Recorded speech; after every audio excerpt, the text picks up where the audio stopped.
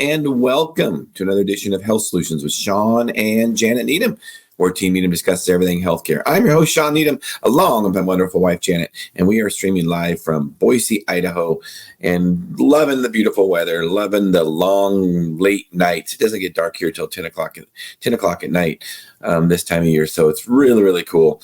And we're just super excited to be here and super excited to be streaming our podcast, our midweek podcast, and super excited to have Jana Pedersen on our podcast today. I've known Jana for, probably 4 or 5 years now, and she specializes in functional medicine, and she is going to tell us a little bit about her story. So Jana, welcome to our show. Good morning. Great to be here. Thanks for having me on. I'm Jana. I'm a nurse practitioner. I have been working in primary care, pediatrics, adults for several years, and then doing some integrative care too. I graduated from Gonzaga and then did some other learning in the integrative functional medicine world, and I'm happy to be here. Awesome. So tell us what you do now and what kind of gravitated you towards integrative medicine. Well, actually, let's just define what integrative medicine is first for those of our listeners and viewers that don't know. So integrative medicine, in my perspective, takes the best of both worlds, and it combines some of the traditional aspects of care and then some of the what we consider alternative aspects of care. And that might be using some herbs and supplements. It might be chiropractic, massage, acupuncture, those types of things in order to achieve healing and relief from symptoms. Now, tell us a little bit about your background further back. Before you were a nurse practitioner, what were you doing? So before I was a nurse practitioner, I was an RN at Sacred Heart in the pediatric oncology unit. I worked there for about 10 years, and with the goal of always wanting to be a nurse practitioner. That was my end goal always when I started nursing school. And I worked for a couple of years in primary care and just felt a little bit frustrated with the options that I had to offer people. I felt like people were coming in and not finding relief with medications that I was providing them, prescribing them, and I felt like I needed to dig a little bit deeper and find some other resources to help people really find healing. And that's where integrative functional medicine comes in, because it allows me to use a broader scope of tools to help people and look at things from a little bit of a different angle. Functional medicine looks at people from a whole perspective, everything that makes up that person from birth to that moment in time, environmental exposures, the food that they eat, the lifestyle that they're living, medications they've taken in the past, genetics, takes in all those factors and looks at them at that moment in time and what might be the influence in their health then. So it really gives a bigger picture of that person. Tends to take a little bit longer. So I am not working in primary care with adults. I'm doing a little bit with pediatrics, and then I have my own functional medicine clinic, Grow and Flow Wellness Co., with a couple of co-founders, doing some functional medicine, personal training, and health coaching. Awesome. So didn't you, before you were a nurse, weren't you a personal trainer? Yes. Correct? Yeah. I did some personal training at a place that no longer exists called the Ladies Club. Isn't that what you went to school for? Is that correct? Yeah, I have my first bachelor's is in exercise and sports science. Yeah. I remember that now. So, yeah. I mean, which, what a great way to train. And I'm sure that's part of the reason you like integrative medicine and functional medicine is because of that background, because that's so important when it comes to our overall general health. Right. Yeah. And also I'm really excited that we have personal training, because I feel like exercise movement is so important to health.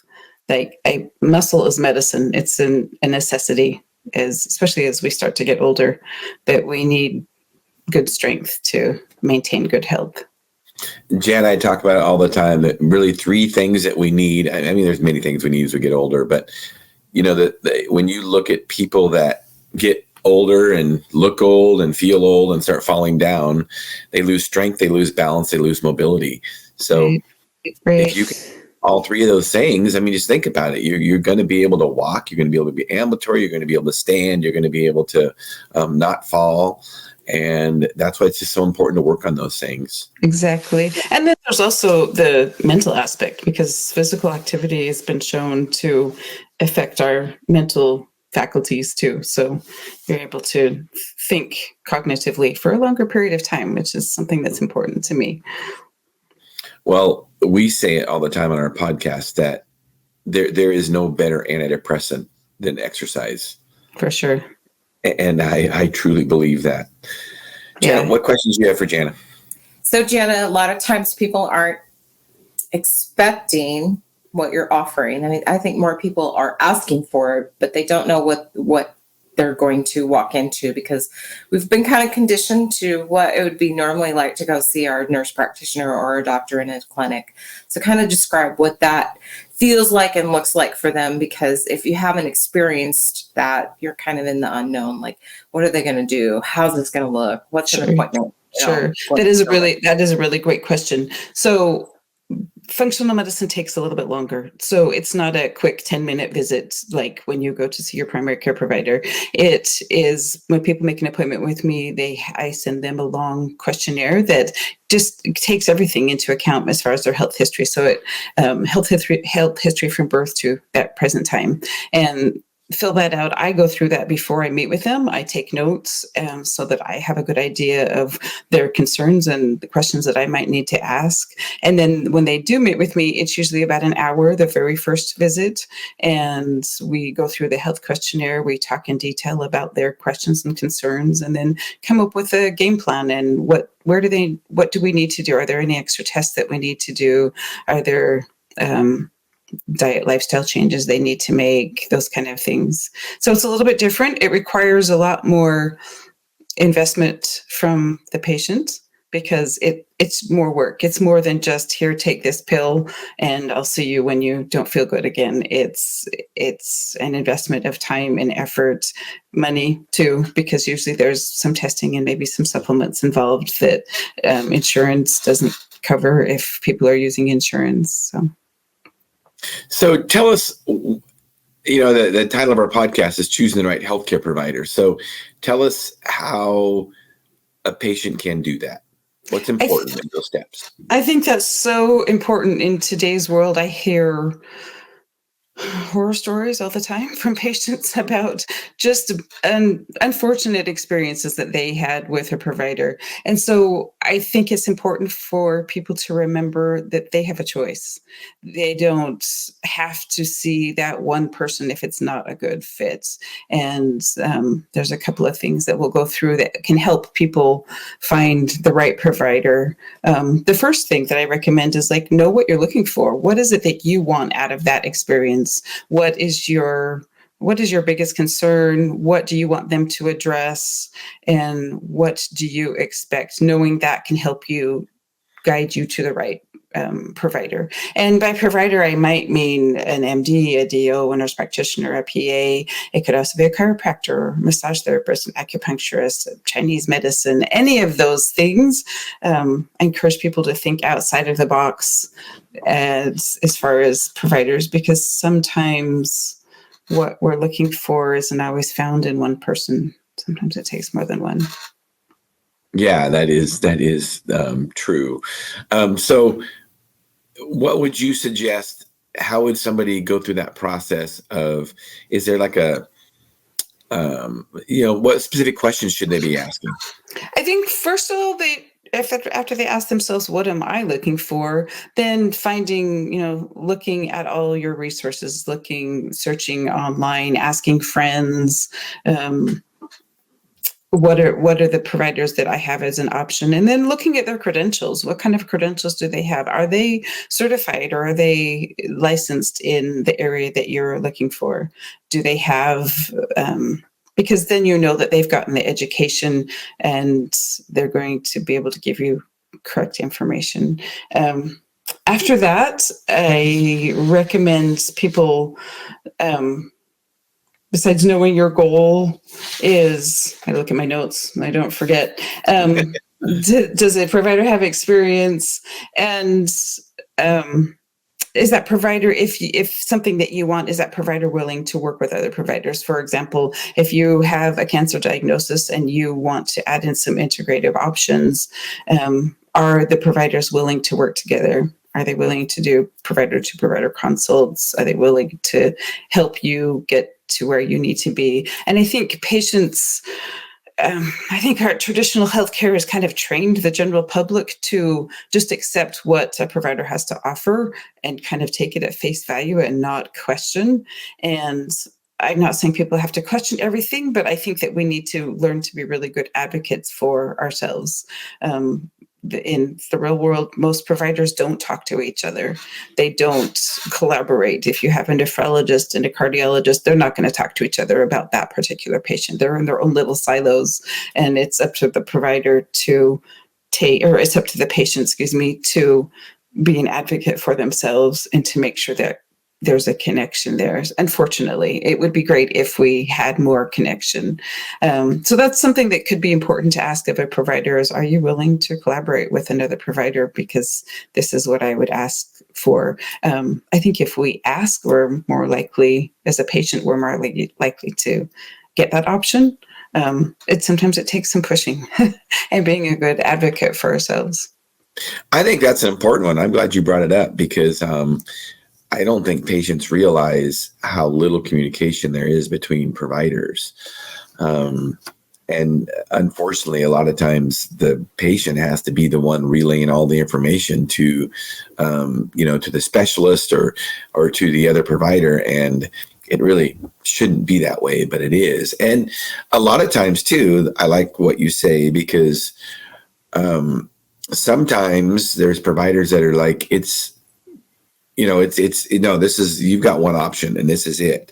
So if you want to do something else, you just, I'm not going to help you with that. And That's unfortunate too. So and I'm sure you bring this up because you've seen this happen with patients and how unfortunate it is. Unfortunately. Yeah. And if you take the time to interview a provider, if that means talking to them on the phone, if you can get them on the phone, or having a visit with them and talking to them about, these are my needs, these are the things I want, take a list of papers, a list of things that you feel like you need, and go through them if you have questions and interview them. And I think that's a little bit of a twist that a lot of people don't think of. But have some expectations of that provider and let them know, these are my expectations. Are these something that you can meet? I'm sure there's lots of providers that are rolling their eyes at me right now. Well, if a patient doesn't have autonomy, I can share at least from the pharmaceutical side, what ends up happening is if that prescription's written and the patient's not bought in, they just don't fill it, or they fill it once and they don't take it. Right. So that honest and open communication is broken, right? Because the provider assumes you're doing something and the patient doesn't want to and doesn't want to buy into that therapy. So the goal is lost, right? Exactly. And I've seen that over and over and over in time. And, sometimes, I will just politely say, probably after a few times, that I think you need to have a conversation, right? Like, I'm not forcing you to take your medications. I'm not telling you have to, but I think you have to have a conversation, because in a lot of ways, if you say you're going to accomplish a goal a certain way and you're not bought in, then it's a waste of time of you and your provider. And, this isn't going anywhere. Exactly. Yeah, that is a really good point, Janet. If that's not something that you want, make sure you speak up. If it's something that has a side effect and it doesn't work for you, make sure you speak up. Providers oftentimes have a kind of a set way of doing things because that's what they learned, that's what their experience is. So this is what I always do. And if that doesn't work for you, that's okay. It's okay to speak up. So I think we need to do a better job as patients with speaking up about what our needs are and how things are working. Even if it might take a little extra time and effort. Well, and hopefully you have a provider, or if you don't, then you need to find one that is open-minded to that stuff. Because ultimately the patient should be in charge. And, if something's not working, the provider should be willing to work with him and educate him why this option or why a different option may not work. So, ultimately you can find a provider that's willing to work with you like that. Exactly. And that's where interview some people, see who works for you. It needs to be a good fit, just like a dance partner, a partner. Like, it needs to be a good fit. It needs to be somebody that you feel like you can communicate openly with, that you can tell them your needs. They understand you, you understand them. They're not talking over your head and medicalese, that kind of stuff. And I think it's also important, I kind of hesitate to bring it up, but I think it's important for people to do some research. If you've got a particular condition and you feel like your needs aren't being met, then do a little research and look for options. Be careful where you get your information. Like, just Facebook, Instagram is not a good place to get information. But if you can find clinical studies, the internet makes all that so accessible today. Those types of things, if you can find articles written by professionals that know what they're talking about, and do some research so that you can, have proof. Maybe there's something that your provider doesn't know about. Maybe there's something that might work for you that they haven't prescribed. So in some of the situations, I'm assuming that, one of the reasons we're discussing this is because you've had a situation where, the relationship with the patient and a provider didn't work out so well. And then maybe this patient found you and you were able to, make a difference in their life. So can you share a story like that? I have lots of them. We'll start with one. You did. Try to be neutral. I think the one that stands out the most is I had a middle-aged woman come having some menopausal symptoms, and her provider wasn't familiar with HRT and didn't believe it was a good thing, and so did not offer her anything. Essentially just said, this is menopause, you just have to live with it, this is just how it is, sorry, and left her to go on her way, and really kind of dismissed her and talked down to her, and she just did not feel seen or heard at all, and got no resolution for her symptoms, no options at all offered. That one, I think, is a big one. I think I've noticed more social media is coming up as a topic that women are saying, like, this is not being addressed and that's not okay. So that's a good example of one where people have symptoms and they're just not offered any options. Or the other one might be that there's a patient comes in with, like, well, I've done the research, I've Googled this, and that immediately to a lot of providers is like a red flag, where they're like, well, I'm the doctor, I'm the nurse practitioner, I'm the PA, and I've been to school, I know this, and so that's not right. I'm not going to listen to your options. And I personally, I don't know about you, Jana, but I personally, and I'm going to speak for Janet and to say but I like educated patients. The more information they have, whether it's bad or good information, and probably if they did enough research, there's a little bit of bad and maybe hopefully a lot of good. But I like educated patients because then they're just easier to talk to about their condition. And it also means that they've done research and they're vested in their condition and probably want to get better. Yeah, exactly. I totally agree. Yeah, I like educated patients as long as they're willing to be open-minded about, let's look for a good source. Instagram might not be the best place, but let's see if we can find some facts to back that information up and find some symptoms for you. I think that's a little where integrative medicine, functional medicine really shines, is that we're willing to really dig deep and find reasons. So I oftentimes meet with patients and then I'll go home and I'll do some research and try to find what might be the cause of some of your symptoms. This is not something I've encountered before. So I'm going to ask some colleagues and present a case study. I'm going to do some research and figure out what might be the problem. So take a little more time to try to really find answers for people. I think we're talking about this a little bit because perhaps our experience was when we first went to school, at least maybe Shawn and I, and I'm hoping you did as well, that there were such things as round tables and case studies that physicians and practitioners would talk together about what they saw or what was happening amongst each other. So I think these relationships have become fragmented over time. But if you speak to, like, we've had some MDs that we've been talking to that, they're maybe a generation older than us, they did that constantly. They were not afraid to say, hey, this is not sitting well with me. I'm uncomfortable. Have you seen this before? Can you speak to that a little bit? Yeah, that's an excellent point. That's not something I've experienced personally. I mean, as far as like in the past, not in a primary care type setting, but I think it's something that should happen because we can definitely learn from each other. We see different types of patients at the different places that I've worked in. I've seen different types of patients, and asking for help and learning from others is just invaluable. So it's something that I think we should do more often. I also think that because of our current healthcare model with insurance and time-based visits, that we don't have the time. And then all the charting, like, we get burned out, and so I think that's part of it, but definitely something that I've sought out because I have learned so much from others. I have a couple of mentorship groups that if I have questions, I can ask them. And I learn so much from other people who see different presentations and have different experiences.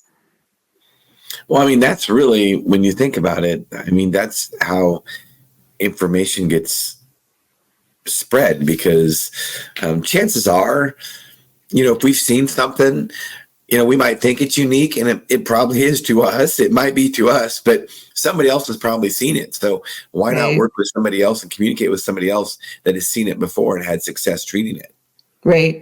Yeah. And I think that just kind of brings us back around to being a good advocate for yourself and finding that provider that's going to work for you, that's willing to put in the work to help you get what you need. And integrative medicine, functional medicine really does a good job of that, looking at the deeper root cause of what might be going on, exploring different options.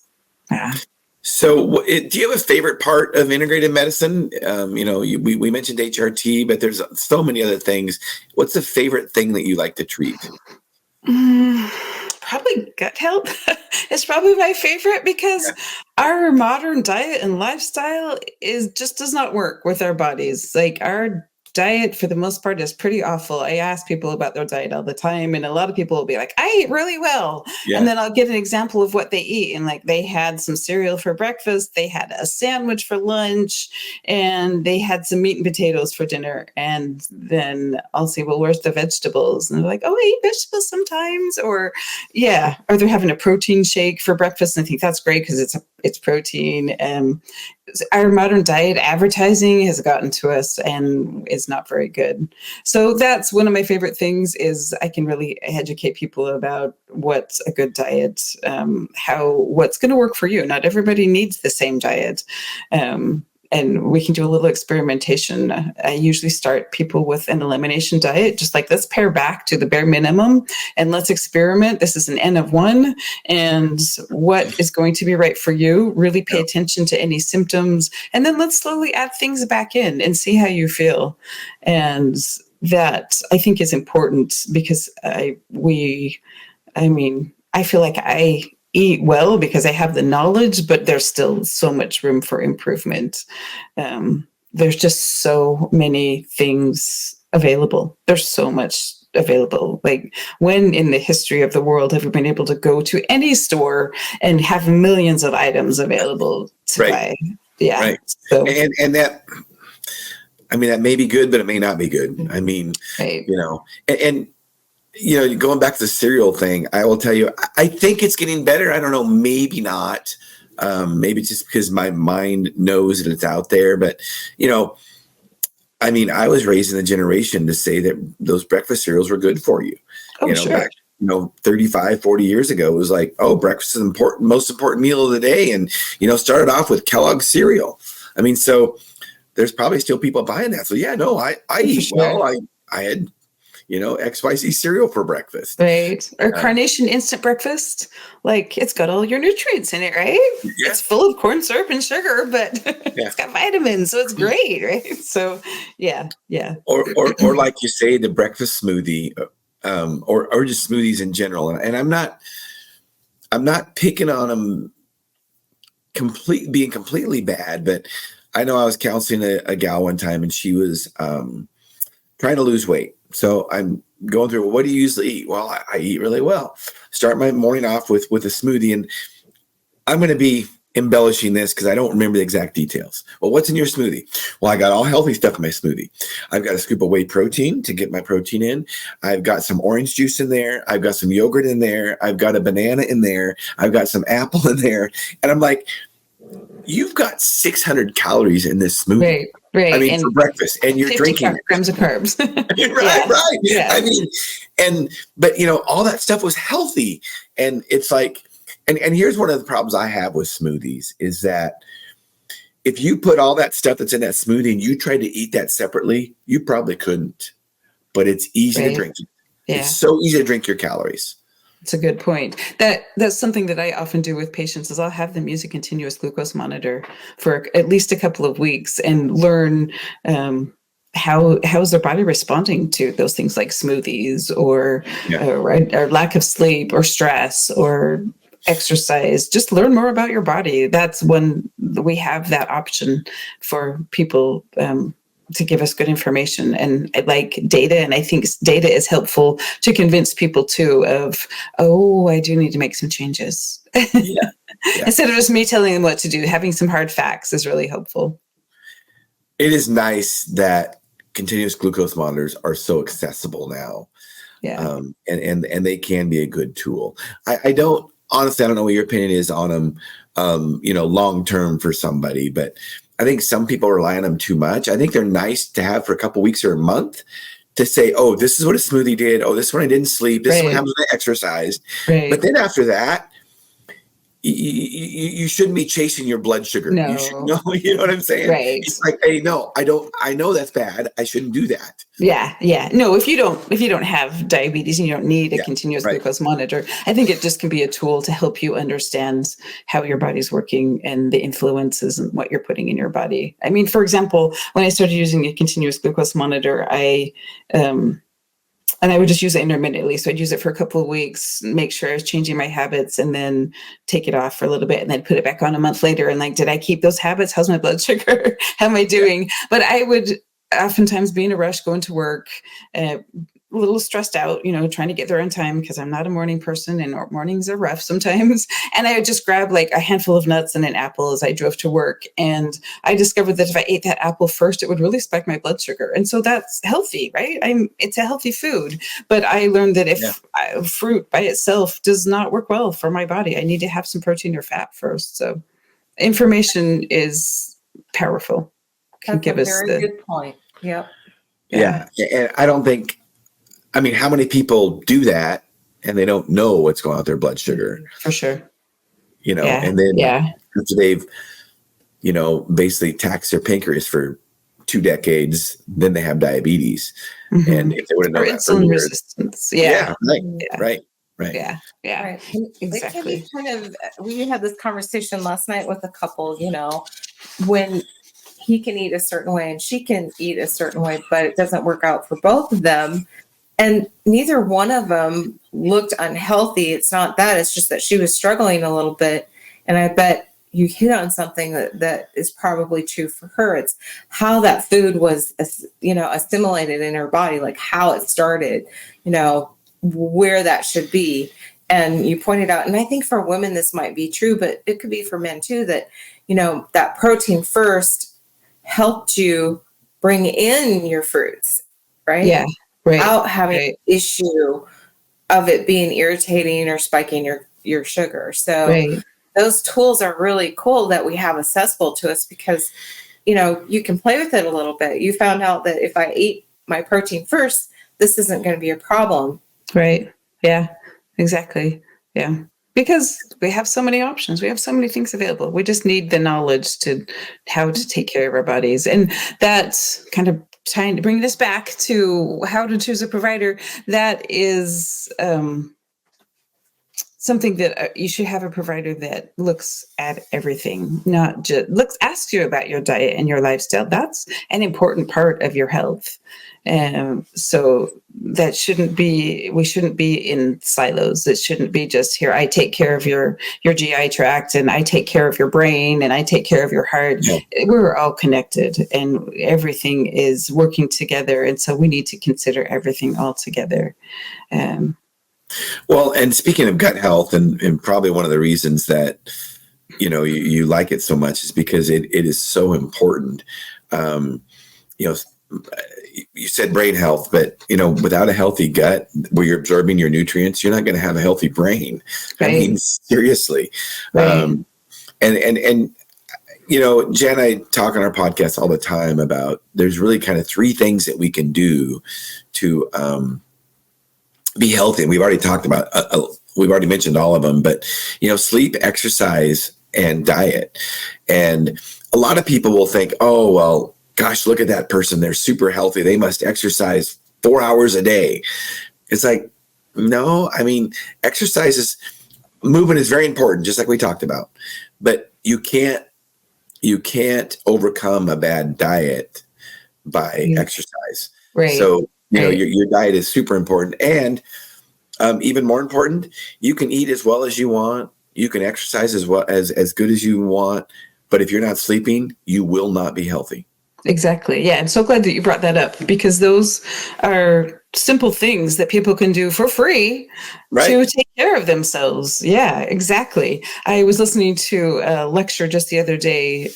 Jill Carnahan is an integrative doctor in Colorado, and listening to one of her lectures, and she was talking about how, because she's close to the Olympic Training Center there in Colorado, or in Durango. Is that Durango or something? Yeah. Durango, Springs, yeah. So she's saying that she treats a lot of those athletes, and that a lot of them have messed up GI tracts. They've messed up guts because they are exercising so intensely. Yeah. And so she tells them, I can't treat you until you're in the off season, because the amount of stress and you're putting on your body is just too much, and you can't heal in that kind of an environment. Yeah. So all those things are important, and things that we can do without the intervention of any provider, that we can do to take care of ourselves. And all those three things are so important and work together. Yeah. Well, unfortunately, I think there's just some lack of knowledge out there, and there's people that think that, and I think our healthcare system is guilty of it. Because, I think you'll agree, in general, our healthcare system doesn't talk about diet, exercise, and sleep. They talk about surgery and prescribing another medication. And, people want this magic answer about what can fix this, that, or the other. But like you say, they don't do the simple things first: diet, exercise, and sleep. I mean, you do those things first before, and get those things dialed in before you try any other biohack, because those things are a lot bigger than any kind of biohack that you can do. Mm-hmm. Mm-hmm. One example, I had a patient recently who had psoriasis, and that's, for me, I feel like skin is the palette of what's going on inside.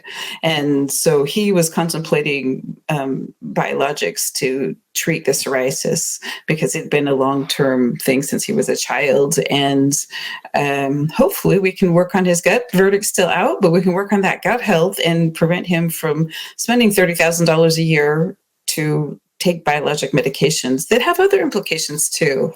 Right. That's part of the problem, not just the cost, but the side effects. Yeah. Yeah. So that's one reason why I really like gut health, is I think that you can make some of those small, simple changes in your diet and your lifestyle, add a few healing supplements temporarily, and you can see big changes in acne, in your energy levels, how you feel.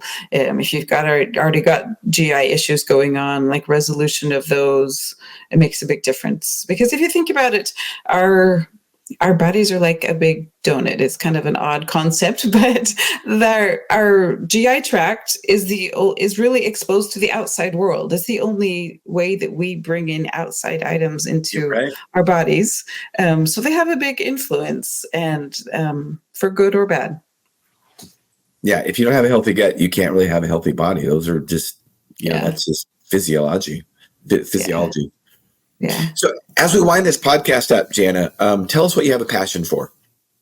I have a passion for helping people feel understood. I think one of my skills is listening, which is a good and a bad thing sometimes, but is listening and just really listening to people's stories. And oftentimes the patient already has the answer. If you listen close enough, you will hear that they have the answer. So really listening to people's stories and, letting them kind of direct, what do I need to do? Where do I need to go? And me using the tools and the education that I've gained to help guide them and direct them and kind of hold their hand as they walk down that path.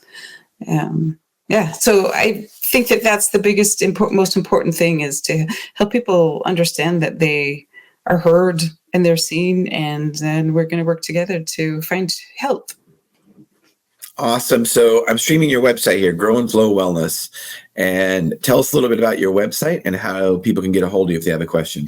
So the easiest way to schedule an appointment or just to book an exploratory call is that button on the upper right-hand corner that says book a call. I think there's also one down in the footer that says book a call too. There's 15-minute free exploratory calls for personal training and for functional medicine. And then you can also book a visit there at your convenience. I love it. So Jana, thank you so much. Our goal is, this podcast is to educate and empower individuals to take charge of their own health. And you have helped us realize that goal. So thank you so much. Excellent. Thank you so much for having me on, Shawn and Jana. It was a great conversation. Thank you. And all right, listeners and viewers, thank you for tuning in to Health Solutions with Shawn and Janet Needham. Tune in Monday to our regular scheduled podcast, 12:30 to 1:30 Pacific Standard Time. Thank you.